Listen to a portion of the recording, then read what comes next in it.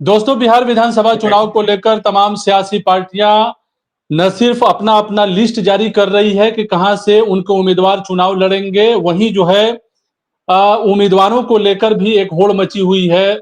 सब कहीं न कहीं से जो है चुनाव लड़ना चाह रहे हैं। इसी बीच एमआईएम ने अपनी पहली लिस्ट जारी की है और पहली लिस्ट में 32 विधानसभा क्षेत्रों के नाम का ऐलान किया गया है कि 32 विधानसभा क्षेत्रों से एमआईएम के उम्मीदवार चुनाव लड़ने जा रहे हैं। ये पहली लिस्ट है।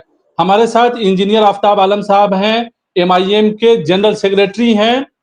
सबसे पहले इस प्रोग्राम में आपका स्वागत है, खैर-मकदम है आफ्ताब आलम साहब। पहला सवाल कि पहली लिस्ट जो है जारी कर दिया आप लोगों ने, क्या कहेंगे इस पर? ये पहली लिस्ट जो है वो सीटों का हमने अभी तफसील दिया है, नाम उसमें अभी हमने नहीं डाला है।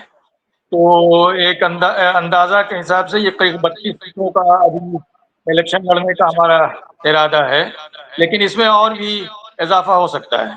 हाँ, उम्मीदवारों का मतलब ये कि उम्मीदवारों के नाम का ऐलान हम बाद में करेंगे, सीटों की तफसील हमने दी है अभी। हाल में असदुद्दीन ओवैसी साहब आए थे और उन्होंने कहा कि कई बार जो है आप लोगों की तरफ से भी ये बातें आई है कि 4 सीट जो है 4 विधायकों को तोड़ा था, 24 लेकर आएँगे। तो एक आपका जो लिस्ट जारी हुआ है, एमआईएम का लिस्ट जारी हुआ है, जिन विधानसभा क्षेत्रों में वो विधानसभा क्षेत्र में कहीं न कहीं अक़लियतों की आबादी उम्मीदवारों की किस्मत का फैसला करती रही है अब तक।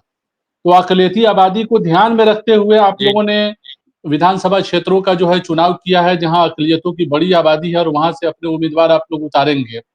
तो सबकी नज़र आप लोगों पर थी, तो महागठबंधन की नज़र भी आप लोगों पर है। क्या कहेंगे इस हवाले से? देखिए, जो 32 सीटों का जो मामला है, इसमें इसमें करीब-करीब जो है 12-13 सीटें ही हमारी वहाँ सीमांचल की हैं और बाकी सीटें जो हैं वो बिहार के दूसरे अज़ला से हैं। तो तो कोई ऐसा नहीं है कि सारी सीटें जो है मुस्लिम अक्सरियत इलाके की ही हैं, दूसरे तो आप अज़ला लोगों के ने लिए हैं। हाँ, लेकिन तो उसमें आप लोगों ने एक सीटों एक का और जो मैं चीज़ चुनाव बता देना किया चाह है रहा हूँ जी, कि जी। हम एक थर्ड फ्रंट बनाने जा रहे हैं।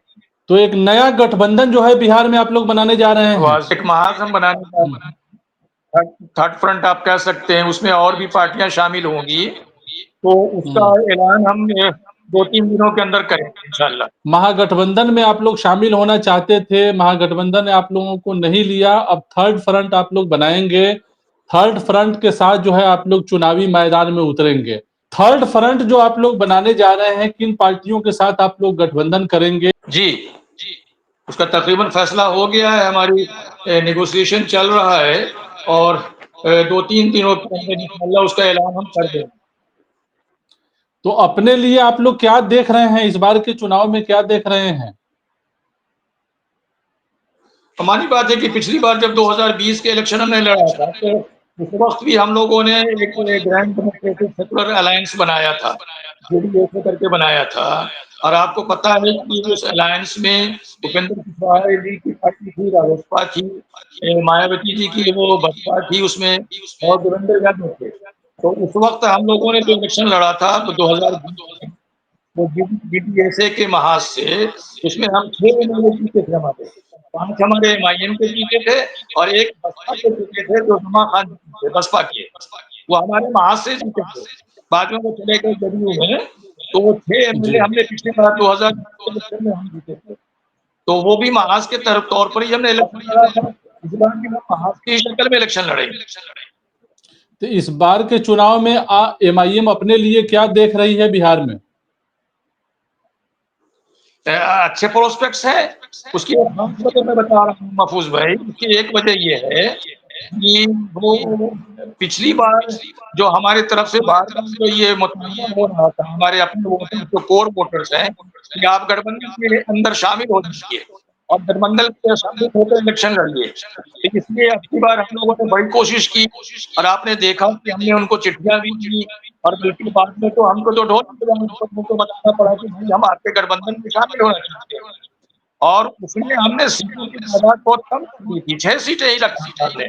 हमने तो ज़्यादा सीटें माँगी भी नहीं थी। तो जब उन लोगों ने हमारे मुतालबे को नहीं माना, तो उसकी वजह से एक रिएक्शन वोट है। हमारे जो खासकर अवाम में इतना रिएक्शन है कि भाई एमआईएम जो है, वो एक बड़ी पार्टी है, उसके पिछली बार 5 एमएलए जीते हैं आप उसको महाज में शामिल नहीं कर रहे हैं, लेकिन जिनके 2% 3% वोट है, आप उनको महाज में शामिल कर रहे हैं। तो ये तो जुल्म है ना, ये तो ज़्यादती है। इसकी वजह से एक बड़ा रिएक्शन अवाम की तरफ है और मैं बता रहा हूँ कि इलाके में पूरे बिहार में हमारे यहाँ कैंडिडेट समझिए कि लाइन लगी हुई है। हर जगह से कैंडिडेट्स आ रहे हैं कि हमें टिकट दीजिए और बल्कि हम लोग उसमें बड़ा एहतियात से काम ले रहे हैं और ज़्यादा कैंडिडेट हम लोग नहीं खड़ा कर रहे हैं। लेकिन इसमें हालत ये है कि 243 सीटों पर हमारे पास कैंडिडेट आए हुए हैं। तो लोग तो ये कह रहे हैं मुस्लिम तो आप लोग तो ये कह रहे हैं कि एमआईएम जहां-जहां से चुनाव लड़ेगी कहीं न कहीं महागठबंधन के उम्मीदवारों का ही वोट काटेगी और मुस्लिम वोटों में डिवीजन होगा। अभी भी लोग तो ये मानते हैं और जिन उम्मीदवारों इसका को इल्ज़ाम लगता है किया जाता है। इसका इल्ज़ाम सिर्फ एमआईएम पर है। अभी राजद जहाँ खड़ा होती है, वो भी मुसलमानों का वोट काटती है। कांग्रेस जहाँ से खड़ी होती है, वहाँ तो वो भी वोट काटती है। माले जहाँ से खड़ी होती है, माले भी वोट काटती है। इसका इल्ज़ाम सिर्फ जो है एमआईएम के सर क्यों जाता है? एमआईएम कोई एनजीओ तो नहीं है। एमआईएम एक सियासी पार्टी है और सियासी पार्टी की हैसियत से इलेक्शन लड़ी। हमने वोट के बँटवारे में कहा था कि भई हमें गठबंधन में ले लीजिए और हम नहीं चाहते कि सेपरेट वोट बँटे। सेपरेट वोट को हम रोकना चाह रहे थे वो बँटवारे से। इसी के लिए तो हमने बार-बार उनको रिक्वेस्ट किया। लेकिन वो इसके लिए तैयार नहीं, तो समझते हैं कि एमआईएम जो है कोई अछूत पार्टी है कि इसको हम आहत में नहीं लेंगे। आपने छोटी-छोटी पार्टियों को महाज में लिया है जिनके 2% 3% वोट है, 4% वोट है। आपने उसको तो शामिल कर दिया। लेकिन जिनका जो है कोर वोट हमारा कोर वोट 18% है। किसी का नहीं है बिहार में उतना वोट। अब बताएँ किसका है? यादव समाज के जो लोग हैं जिसको कहते हैं कि राजद का वो कोर वोट है, वो तो 14% वोट उनके पास है। हमारे पास 18% का कोर वोट है और आप हमको शामिल नहीं करते हैं। इसकी वजह से मैं बता रहा हूँ मजनून भाई कि बड़ी नाराज़गी है। बड़ी लोगों में नाराज़गी है। लोग तो बिखरे हुए हैं। बाद लोगों ने यहाँ तक कहा है कि अगर आप कैंडिडेट हमारे यहाँ से नहीं दीजिएगा, तो हम लोग नोटा पे वोट डालेंगे। तो एक आखिरी सवाल कि दूसरी लिस्ट भी आएगी जो आज पहली लिस्ट है इस तरह से दूसरी लिस्ट भी और आएगी क्या? इंशाल्लाह हमारी सीटों में कुछ तब्दीली हो सकती है और हमारे जो अलाइज़ होंगे, जो हमारे पार्टनर्स होंगे महाज के अंदर, वो उनके कैंडिडेट का अनाउंस अलग से होगा। चलिए बहुत शुक्रिया हमसे बात करने का। तो ये थे इंजीनियर आफ़ताब आलम साहब जो एमआईएम के प्रदेश जनरल सेक्रेटरी हैं, जिनका कहना है कि एमआईएम की पहली लिस्ट जारी हुई है जिसमें 32 विधानसभा क्षेत्रों पर एमआईएम अपना उम्मीदवार खड़ा करेगी। लेकिन एमआईएम थर्ड फ्रंट भी बनाएगी और थर्ड फ्रंट बनाकर जो है कहीं न कहीं एमआईएम इंतखाबी मैदान में उतरेगी, इससे इनकार नहीं है। इस प्रोग्राम में इतना ही, हमें दीजिए इजाज़त। शुक्रिया।